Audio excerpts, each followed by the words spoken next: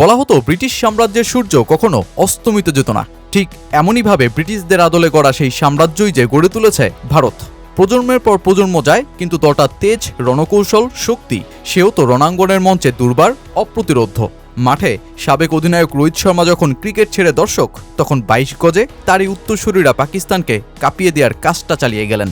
ঈশান কিষানের আগ্রাসী এক ইনিংসে যখন পাকিস্তানকে ধসিয়ে দেওয়া তীব্র ক্ষুধা এমন এক উইকেটে, যেখানে ব্যাট চালানোই কষ্টসাধ্য, দুর্বার ভারত তো জিতে যায় সেখানেই।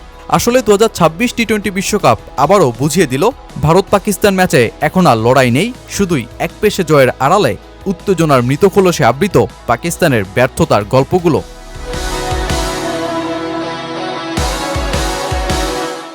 শ্রীলঙ্কার প্রেমাদাসার উইকেটে এই ম্যাচে কি হয় সেই রোমাঞ্চেই তো নজর ছিল এদিন ক্রিকেট বিশ্বের। পাকিস্তানও টসে জিতে ভারতকে ব্যাটিংয়ে পাঠায়।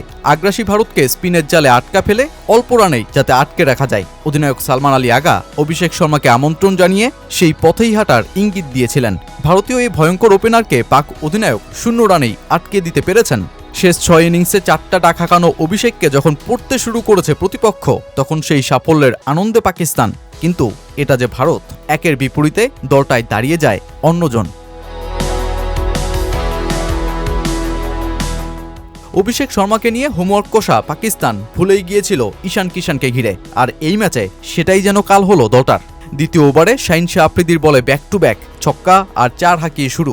অতঃপর সেই ঈশান কিষানকে আর থামাতেই পারেনি পাকিস্তান। 4 ছক্কা, সিঙ্গেল কিংবা ডাবল। অপর পাশে তিলক ভার্মাকে দর্শক বানিয়ে নিজেই খেলে গেলেন ওভারের পর ওভার। আবরার আহমেদের বলে টানা 3-4 হাঁকিয়ে 27 বলে অর্ধশতক করে উঁচিয়ে ধরেন ব্যাট। পাওয়ার প্লেতেই তিনি খেলেন 36 বলের 25টা। দলীয় 52 রানের ভেতর একাই নেন 42 রান। আর পাকিস্তানের বিপক্ষে টি-20তে পাওয়ার প্লেতে কোনো ভারতীয় নেয়া সর্বোচ্চ রানের খেতাবটাও জেতেন ঈশান। পাক স্পিনাররা যখন ভিন্ন ভিন্ন হাতে ঈশানকে থামানোর চেষ্টায়, তখন সবশেষ সায়েম আইয়ুব জিততে পারলেন তার উইকেটটা।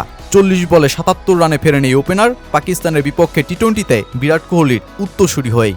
ইন্ডিয়া পাকিস্তান টি-20 যুদ্ধে বিরাট কোহলি তো পাকিস্তানের বিপক্ষে 82 রানের সর্বোচ্চ ইনিংসটা খেলেন। ঈশান কিষান বসেন এই রেকর্ডের 4-এ। তবে ততক্ষণে উইকেটের তীব্র টান নজরে আসলেও উইকেটের রহস্য বোঝা যাচ্ছিল না, কারণ ঈশান ঝড় চলছিল মাঠে, আর তিনি ফিরতেই বরং প্রেমাদাসার উইকেট বেরিয়ে আসলো নিজ চেহারায়। দলীয় 88 রানে ঈশান ফেরার পর ভারতীয় ব্যাটারদের চেপে ধরে পাক স্পিনাররা। তিলক, সূর্য কিংবা দুবে ভুগেছেন পাক স্পিনে। আর শেষে রিঙ্কু সিংয়ের 2 বাউন্ডারিতে শেষ পর্যন্ত 200-এর পথে এগোনো ভারতীয় ইনিংস থামে 175 রানেই। যেই ইনিংসে পাকিস্তান 18 ওভার করায় স্পিনে, যা টি-20 বিশ্বকাপে 2012 সালের পর দেখা মিলল প্রথমবারের মতন। সেবার অস্ট্রেলিয়ার বিপক্ষে কলম্বোতেই পাকিস্তান স্পিনারদের দিয়ে কুড়িয়েছিল 18 ওভার। 176 রানের টার্গেট প্রেমাদাসায় তখন বিশাল লক্ষ্য। তবুও পাকিস্তান লড়াই চালাবে বলেই যারা ভেবেছেন, তাদের জন্য হতাশায় নিয়ে হাজির দলটা। আগ্রাসী সাহিবজাদা ফারানো অভিষেক শর্মার পথ ধরেন, 4 বলে ডাক মেরে ফেরেন। আর বলে ফিল্ডিংয়ে ও ক্যাচে দুর্দান্ত করা ক্লান্ত সায়েম আইয়ুবও 6 রানের বেশি করতেই পারেননি। এরপর সালমান ও বাবরও ব্যর্থ।